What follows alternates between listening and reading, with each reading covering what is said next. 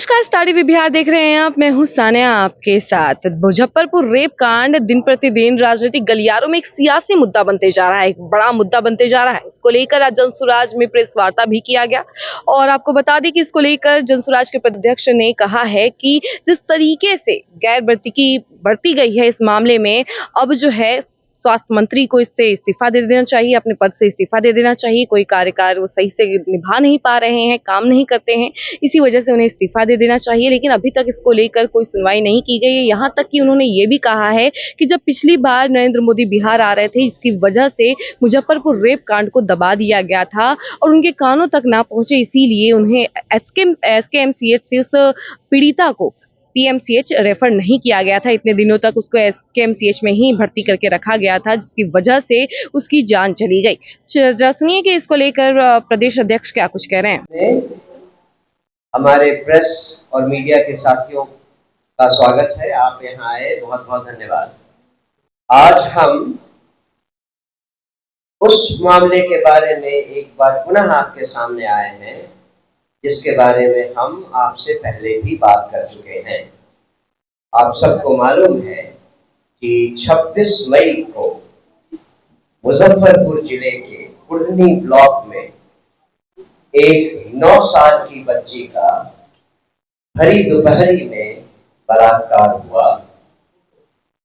किसी तरह से वो बच्ची एसकेएमसीएच मुजफ्फरपुर में पहुंचाई गई, जहां 5 दिन तक उसका इलाज इस तरह से हुआ कि वो बच्ची बच जाती, लेकिन कुछ इम्पोर्टेंट सर्जरी और उपकरणों की कमी से उसको पीएमसीएच में रेफर किया गया। ये रेफरल किस स्तर का था पता नहीं। रेफरल के बाद वो बच्ची पीएमसीएच आकर 8 घंटे तक बाहर एम्बुलेंस में पड़ी रही। उसका गला कटा हुआ है तो उसे पानी भी नहीं दिया जा सकता। अंत में 8 घंटे के हो हल्ला हंगामे के बाद पीएमसीएच ने जब उसे एडमिट किया तो आईसीयू में रखने के बदले उसे गायनी वार्ड प्रसूति विभाग में रखा गया। पता नहीं किस डॉक्टर की समझदारी से और किस अस्पताल की समझदारी से ऐसा निर्णय लिया गया। फलस्वरूप एडमिट होने के 10 घंटे के भीतर उस लड़की का देहांत हो जाता है। हमने इस पूरी घटना की आपको पहले भी जानकारी दी है। उसके बाद जो कार्रवाई हुई है उसके बारे में आप सब जानते हैं। हम उस बच्ची के परिवार के साथ थे जब उसका अंतिम संस्कार हुआ। हम उसके बाद माननीय राज्यपाल जी से मिले, उनको एक ज्ञापन दिया जिसमें ये मांग की गई थी कि इस पूरी घटना की नैतिक जिम्मेवारी लेकर स्वास्थ्य मंत्री श्री मंगल पांडे अविलंब इस्तीफा दें। हमने ये भी मांग की थी कि जो कुछ भी हुआ जिसमें बिहार की जो स्वास्थ्य विभाग की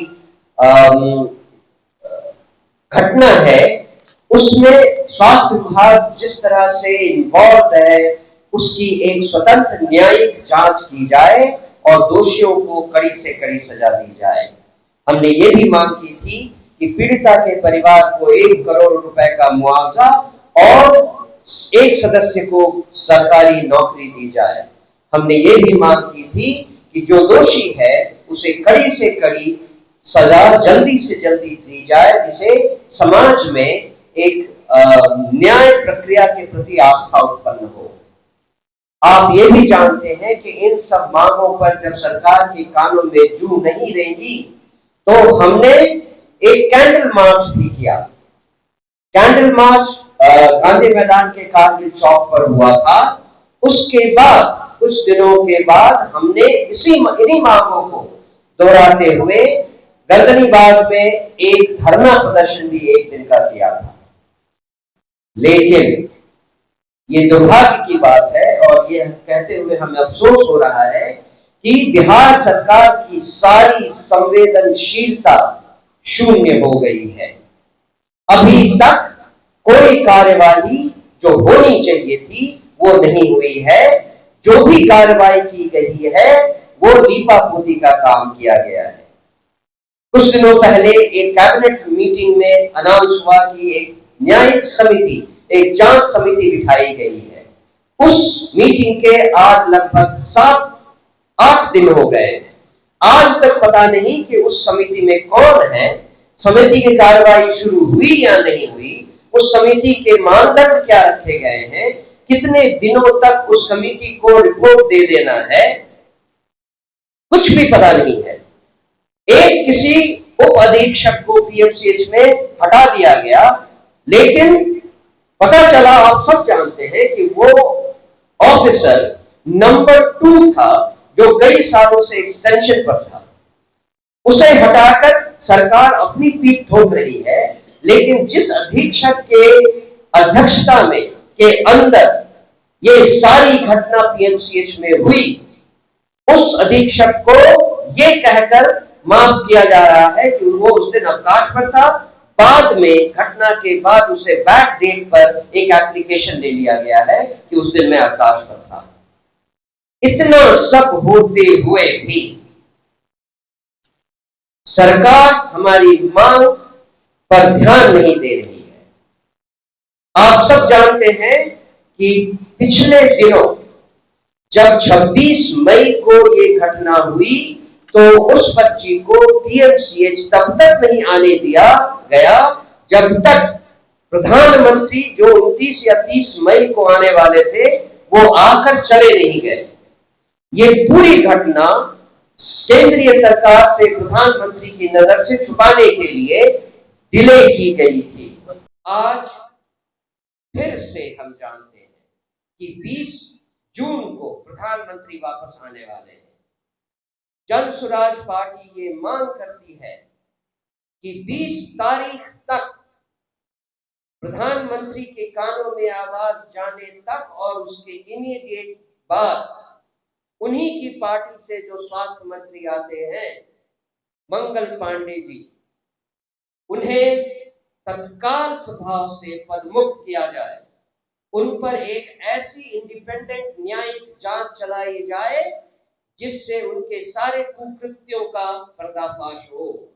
आप सब यहाँ कोविड के जमाने में भी थे। आप जानते हैं कोविड के जमाने में स्वास्थ्य विभाग में जितनी तरह की धांधलियां हुई थी उसके पीछे भी मंगल पांडे जी का ही हाथ था। उन सब की जांच और इन सारी घटनाओं की जांच जिसमें मंगल पांडे जी बिहार का स्वास्थ्य विभाग और इसके बड़े पदाधिकारी डायरेक्टली इन्वॉल्व हैं, उन पर एक इंडिपेंडेंट न्यायिक जांच बिठाई जाए। आप जानते हैं पीएमसीएच में जो अधीक्षक हैं उन पर लगभग 982 करोड़ रुपए के धांधली का आरोप लगा हुआ है। उसके बावजूद उन्हें साल दर साल एक्सटेंशन दिया जाता है। आखिर उनके कैरियर में क्या हीरे जवाहरात लगे हैं जिससे कि उन जैसे पदाधिकारी को हटाकर उनके ऊपर अच्छी न्यायिक इंडिपेंडेंट जांच नहीं हो सकती है। हम ये भी मांग करते हैं कि सरकार अपने स्वास्थ्य मंत्रालय में हो रहे धोखाधड़ी और धांधली को ध्यान में लाए। वहां जो अपर सचिव बनाए गए हैं वो पिछले कई सालों से अपर सचिव बनाए रखे गए हैं, मानो उन्होंने बहुत अच्छा काम किया हो। उसके अलावा उनके ऊपर स्वास्थ्य मंत्रालय ही नहीं कई और मंत्रालयों का भी चार्ज दिया गया है, जैसे कि वो सबसे ज्यादा एफिशिएंट ऑफिसर हो। बिहार में ये कैसा सुशासन है ये हमें समझ नहीं आ रहा। आज इस प्रेस कॉन्फ्रेंस के मार्फत हम पुनः बिहार सरकार से अपनी उन 4 मांगों को दोहराते हैं। सबसे पहले स्वास्थ्य मंत्री को अविलंब पदमुक्त किया जाए और इसका संज्ञान प्रधानमंत्री मोदी अपने बिहार यात्रा में लें और इसके बारे में जनता को घोषणा करें। नंबर 2, जो भी घटना हुई 26 मई से 1 जून तक जिसमें उस नाबालिग बच्ची की हत्या हुई, बेसिकली उसकी इंडिपेंडेंट न्यायिक जांच करवाई जाए और दोषियों को कड़ी से कड़ी सजा दी जाए। अगर कोई जांच कमेटी बैठी है तो उसका पॉइंट्स ऑफ रेफरेंस, उनका जो कुछ भी उनको कहा गया है, कितने दिन की मोहलत दी गई है, कब उसमें जांच कमेटी की रिपोर्ट आने वाली है, इन सब को पब्लिक में फ्लैश किया जाए, पब्लिक में दिया जाए। तीसरा, सरकार पीड़िता के परिवार को 1 करोड़ रुपए का मुआवजा दे, जिसके लिए कई तरह के हेड्स अवेलेबल हैं सरकार के पास। अगर सरकार इतनी निकम्मी है कि उनको इतना भी पता नहीं, तो जन स्वराज पार्टी उनको बता सकती है, और बताया भी है हमने उस दिन धरना प्रदर्शन के दिन। और चौथा, जो दोषी है उसे जल्दी से जल्दी, कड़ी से कड़ी सजा दी जाए, जिससे कि समाज में न्याय प्रक्रिया के प्रति आस्था उत्पन्न हो। धन्यवाद। मैं चाहता हूं कि मेरे बाद पहले रामबली जी आपसे कुछ मुखातिब हो और फिर। तो आपने सुना कि जन स्वराज के प्रदेश अध्यक्ष ने क्या कुछ कहा इस मुद्दे को लेकर। इनका साफ तौर पे यही कहना है कि स्वास्थ्य मंत्री जो हैं मंगल पांडे जल्द से जल्द इस्तीफा दें। जिस तरीके से उन्होंने इस मामले को अनसुना किया है, पीड़िता को अभी तक न्याय नहीं मिला है, ना ही मुआवजा मिला है, और साथ ही उन्होंने ये भी मांग की है कि पीड़िता के घर वालों को 1 करोड़ रुपए तक का मुआवजा मिलना चाहिए, और ये बातें प्रधानमंत्री के कानों तक जरूर पहुंचनी चाहिए। और 20 जून से पहले, यानी कि जब नरेंद्र मोदी का दूसरा दौरा होने वाला है 20 जून को, उससे पहले ही इस मामले की सुनवाई कर दी जाए और स्वास्थ्य मंत्री मंगल पांडे को उनके पद से नियुक्त कर दिया जाए।